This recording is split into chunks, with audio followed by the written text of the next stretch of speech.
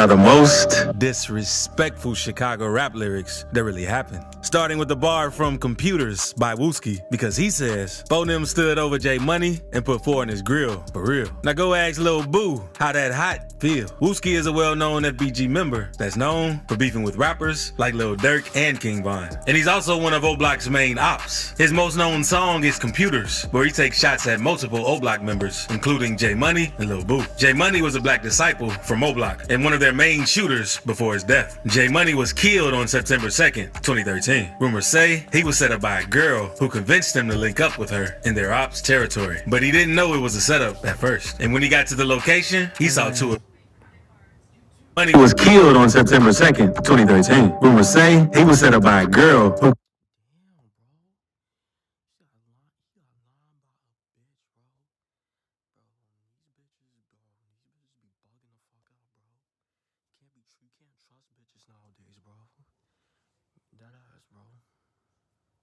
convinced him to link up with her in their ops territory. But he didn't know it was a setup at first. And when he got to the location, he saw 2 of his ops and instantly knew it was a setup. So he tried running to escape, but couldn't make it fast enough and got shot in the head and body multiple times. So in this bar, Wooski explains what his gang did to J Money, and Lil B from STL/EBT was rumored to be the one who shot J Money, but he later got killed in 2014 by the police. After J Money died, Durk and other O-Block members went on Twitter to mourn his death. O-Block also started going by the name Money Gang to pay respect to their fallen soldier. But J Money ain't the only one Wooski dissed in his song. He also took shots at a Team 600 member named Lil Boo, who was killed in 2015. Lil Boo was one of the members who helped start 600. So Lil Boo was a well-respected member of 600 and one of their top shooters. He taught a lot of the younger 600 members how to slide on their ops and move in the streets. Lil Boo also had several bodies and was a huge problem to his ops, which made him a big target around the city. But Lil Boo got locked up between 2012 and 2014, which made it hard for his ops to get to him. But not long after Lil Boo got released from jail, he would lose his life. Because on April 3rd, 2015, Lil Boo was walking down the block when a car pulled up next to him, and a passenger hopped out and started firing, hitting Lil Boo multiple times. He was rushed to the hospital where he died at 22 years old. And because of Lil Boo's status, he quickly became one of the most disrespected 600 members by rappers who were his ops, including Wooski. And Wooski's ops didn't let all of the dissing slide, because in exposing me, King Von said, "Goofy got shot right up in his top. His brother told on me." With this bar, King Von refers to the situation that happened to Wooski at Dooski the Man's funeral. Because on the day before Dooski's funeral, O-Block members were seen FaceTiming Wooski and letting him know they had a big surprise for him. We gon' surprise. This time about tonight. We gon' surprise, bro. So the day of Dooski the Man's funeral was tense, since everyone knew that something could go down at any moment. FBG Duck cousin Ruger said in an interview how he also felt that something was going to go down because there was a bad energy in the air. That's Dooski the Man.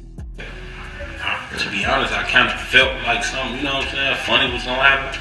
On some real just off the strength, like, that's Dooski. This turned out to be true, because when Wooski stepped outside during the funeral to smoke a cigarette, 4 men in hoodies ran up and sprayed the church up. Wooski was hit in the head, and 5 other people leaving the building after the service were also hit. There were a total of 6 people who were shot outside the church. It was a pandemonium, a scene of pandemonium right after. Niggas shooting in churches, bro. Come on, bro. Y'all niggas don't have no respect, bro. Like, church is supposed to be peaceful, bro. Like, talk about God and shit. Like, and now church ain't really safe no more. Like, church, anything could happen, bro. Like, niggas, people just shooting up the church, bro. After that happened, thankfully, no one was killed in this situation. And even though Wooski survived the shooting, the injury was so bad, he had no choice but to leave the streets alone for a little while. But Von didn't care and continued dissing Wooski on social media, saying the shooting changed him and that Wooski didn't want to diss him anymore after that happened. Nah, but for real, they try to make all the ugly motherfuckers seem like they super tough, they super gangster, cause he ugly, then he got shot in his head, so now he's stupid slow, they think that's savage.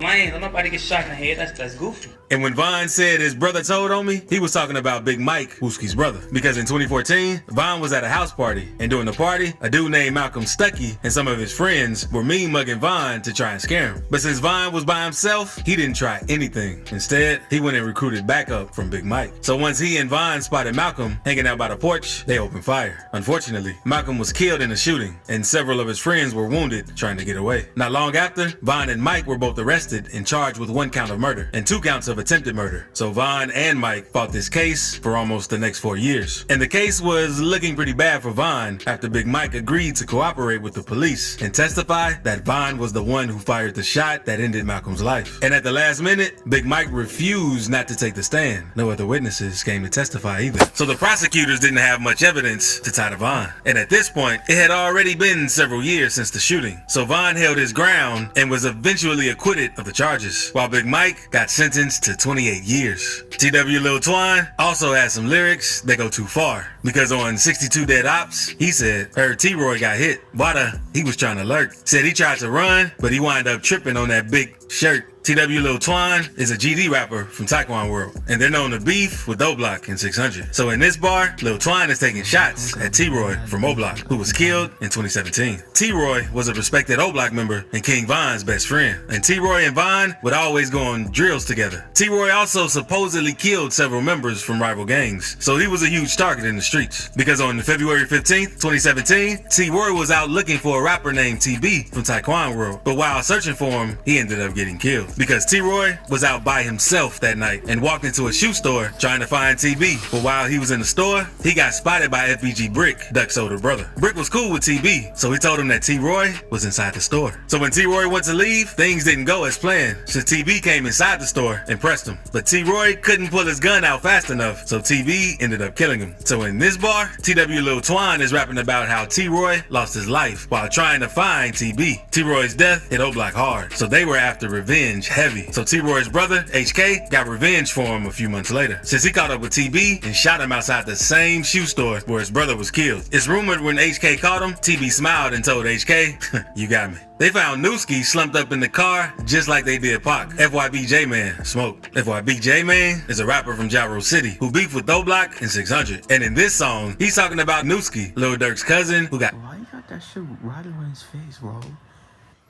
The fuck? Why you got that shit right on his face on red marker, bro?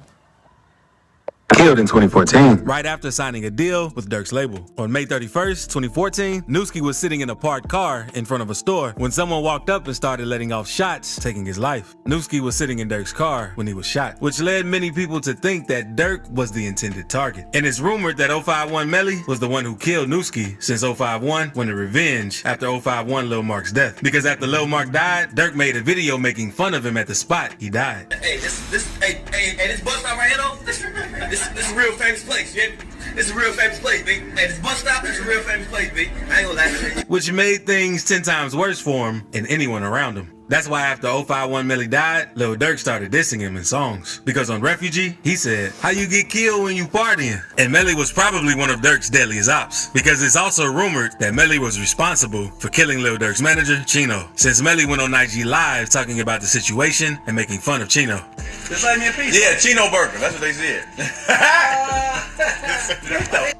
Yeah.